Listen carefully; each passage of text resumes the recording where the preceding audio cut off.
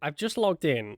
Why is there so many zombie pigmen? What the hell? Oh my god. This is a sure interesting way to start the episode. Oh, this was a bad idea. This was a bad idea. This was a bad idea. This was a bad idea. This was a bad idea. This was a bad idea. Oh, why would I do this? This is not the situation to be in when I'm lagging. Okay.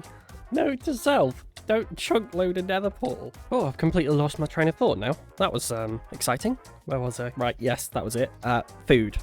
We need food real bad in this world. And as with most create packs, I have also got Farmer's Delight, which adds a ton of new food options. So we have all kinds of things from egg sandwich, mutton wraps, we got salad, we got some squid ink pasta, shepherd's pie, there's all kinds. And the beauty of all of these is that they are all automatable with Create, thanks to Create Slice and Dice, which is basically just a compatibility thing to make all of the Farmer's Delight recipes work with Create machines, which is pretty cool if you ask me. I don't want to be stuck eating one food for the entire run of this series, so I think what I'm going to do is I'm going to make a bunch of different farms for all of the different veggies and stuff, and then probably also make some animal pens, and then every now and then we can just change up what we're eating. We'll make up like a little kitchen building where we can simply walk in, take a stack of everything we need, make a fresh stack of food, and be on our way.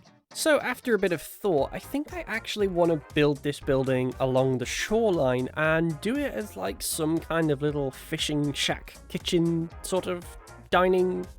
Yeah, just slap enough adjectives together and you know what I mean. Yeah, sure. I'm very good at describing my ideas, aren't I?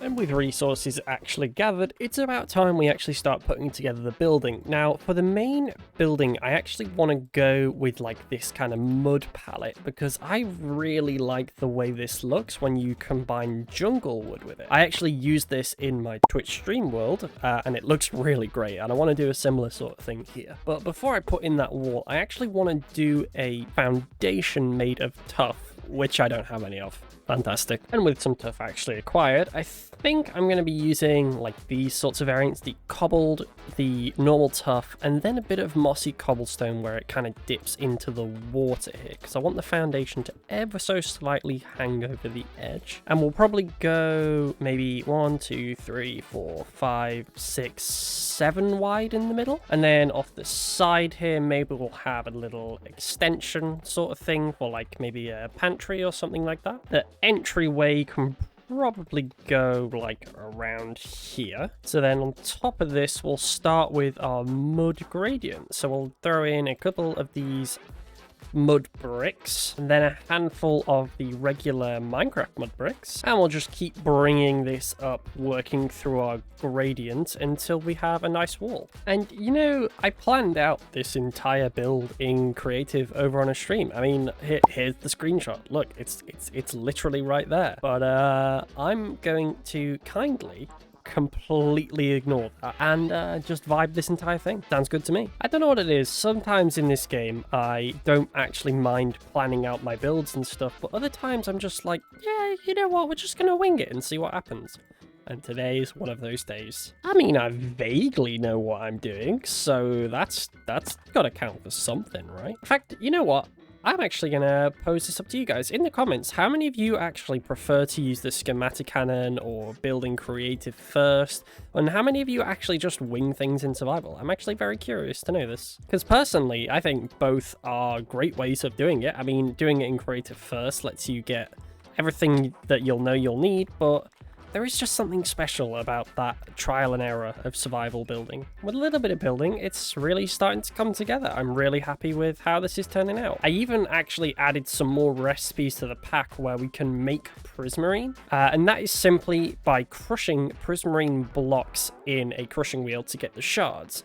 Now, that is good because the prismarine blocks here, we can actually get those from underwater caves in an ocean biome. Don't ask me what mod adds that, because I truly could not tell you. But ocean caves have prismarine blocks, which means instead of going to a monument and having to do all that business, we can just grab up a bunch of regular prismarine, crush it down, and then craft it into the dark prismarine that we actually wanted here, which is pretty neat. Of course, we don't really get the best return on prismarine shards, so it's still a little expensive, but it's good for now. And then for our accents, we're going to be doing spruce wood, and then underneath, I think probably maybe looms, and you know I don't have any string, so that's going to be fun. Ah, yes.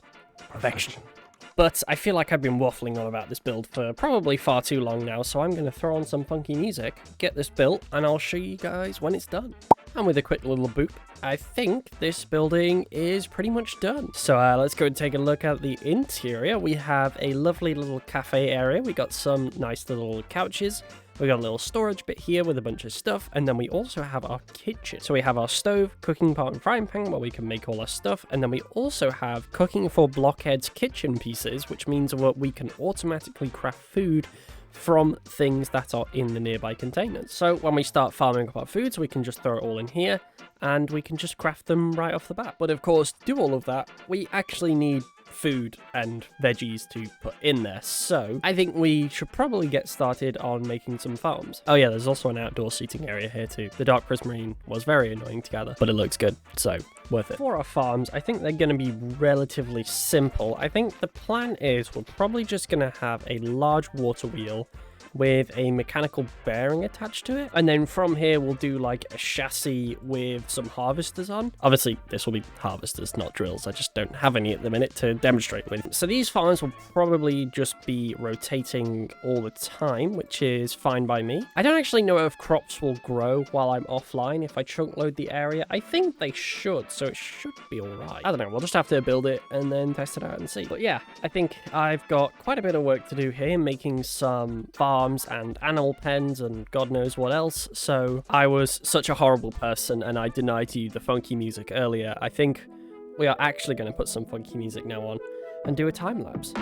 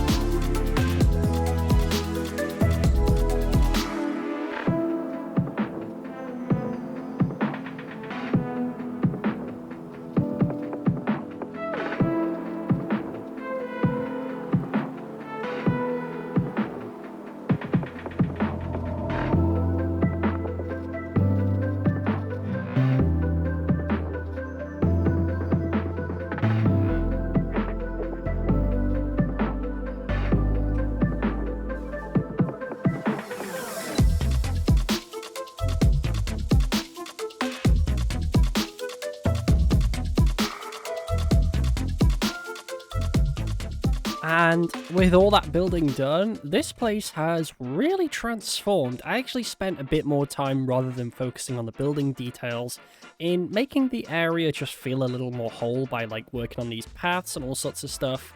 They don't go all the way, I haven't done all the paths yet, but it definitely, this little area here looks so good. I really like this. And the farms are working great. As you can see, these are currently stacking up with a ton of items. I've just taken all the seeds out of this one, but there is one main issue.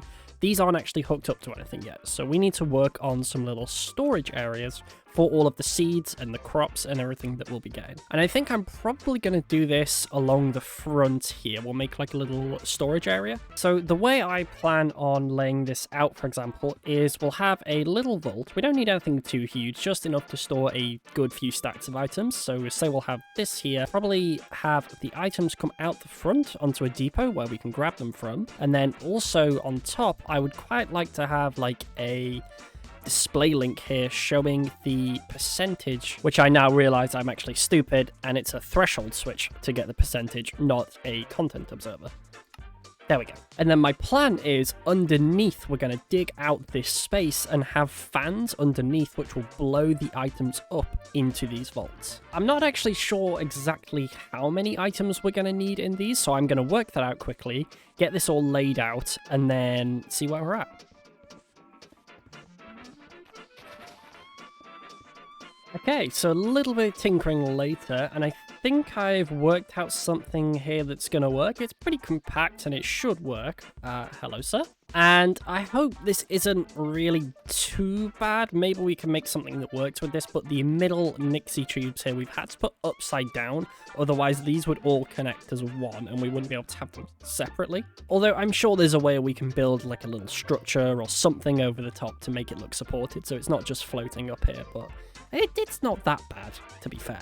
I think there's much worse things we could have done, so I'm not too worried. But this needs probably just a little structure over the top. I'm not going to go too crazy with it, just something nice and simple. Decorate up the place, add a path to the front and all that sort of stuff, and then we can work on the underneath with all the mechanics. And a little something like that is pretty good, I'm really happy with how this has turned out. So we come off the main path, we just have this little left and right, which takes us into the different halves. And you know, having put the roof over this, I really don't mind these being upside down. I might just leave them as they are. It really doesn't bother me. Will it bother some of you? Probably. Do I care? No. Suffer. But yes, so it's looking pretty good in here, and even on this last one here, I've added this little contraption, which is just going to be a bone meal maker. So any overflow that we can compost, so when these fill up, we're just going to bone meal it, so then we should hopefully get a steady supply of bone meal coming in too. And then lastly, you can see I've actually filled out this area just with a bunch of moss, but to fill it in even more, I've prepared a schematic for a tree, which I actually have all of the logs already in here. I just need to get my hands on a ton of birch leaves for this. Which means I've got to take this backpack, find myself a birch forest, and you won't believe what I'm going to do to that place.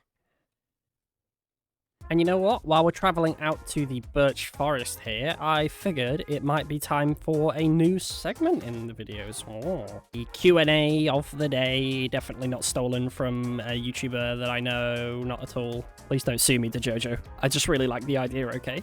But today's question comes from Nitrate, which is my favorite game other than Minecraft, and will I ever make content on it? So, for one, my favorite game of all time, obviously, is Minecraft. I love this game. I've been playing it for 10 years.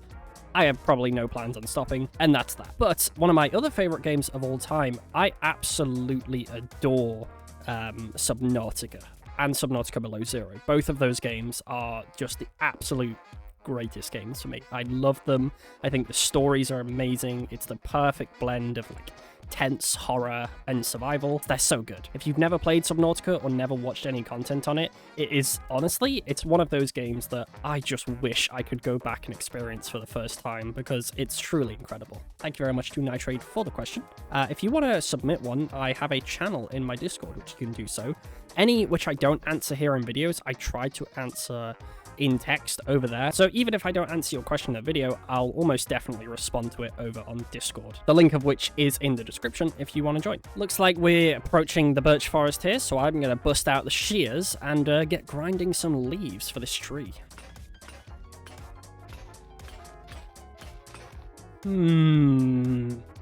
am 99% sure I pressed the record button for this tree when I made the schematic, yet I can't find the file for it anywhere. Now, either my computer's just sent it to a different place for no reason, or I just didn't press record. I don't think I pressed record. That's the more likely scenario. But the tree's built.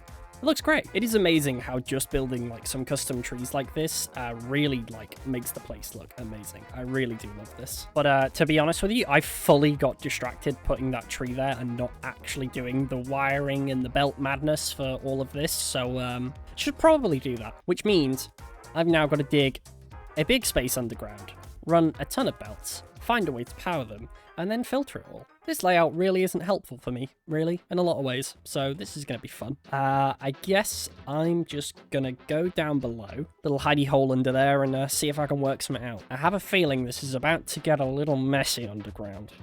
And you know what? I was right.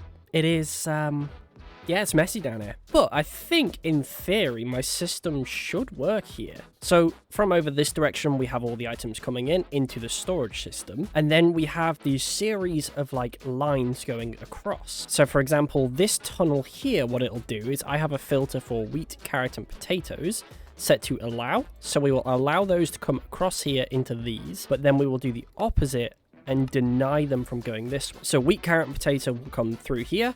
Everything else will carry on along the line. And when these actually fill up and we want to send the items to overflow, they just won't go into the funnels. At which point they will come onto this back line here, which goes all the way around to the back.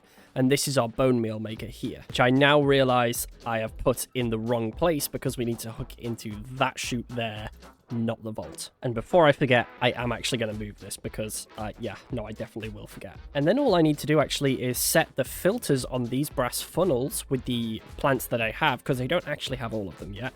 And we can just add to it when we're ready. With filters set, it's the moment of truth, if I could reach.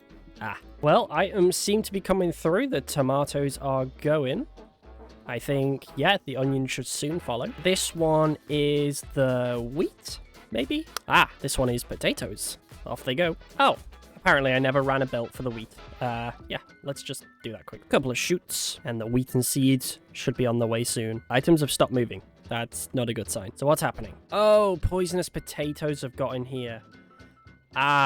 Okay. Well, that would do it. I apparently just did not set the filter on this, guys. So we'll have to set this one up again. So if we set that filter, that should now work, which looks like it is. We have, yeah, all the potatoes and wheat are coming out of here. They're all being picked up. Onions are being put in there. Let's go see what it looks like from above. Vaults are filling up, and it seems to be, yeah, seems to be working pretty well. So to finish off here, we're going to do some cooking with Skeege. So what we're going to do, we're going to take our freshly made minced beef patties, fry those up. You know, once your beef patties are all nice and cooked up, you get them all more crispy on the edges, a bit of a char on there. You take some of your hand-picked tomatoes and onions, and a stick that you made earlier, and look at that. Barbecue on a stick. Oh yeah. Delicious. And with your freshly cooked barbecue on a stick, we're going to take a seat on a nice comfy couch here and chow down. Oh yeah. But with food now somewhat automated in a decent way, we got to still add a couple more crop plots. We got to get those missing crops. I know I need rice and cabbage and also some beetroot actually, but I will work on finding those in between episodes because that is all I have time for today. So I really hope you enjoyed. Make sure you leave a like and a comment down below if you have any ideas for the series. Feel free to join my Discord. Most important of all, hit that subscribe button. Thanks for watching. Skeege out.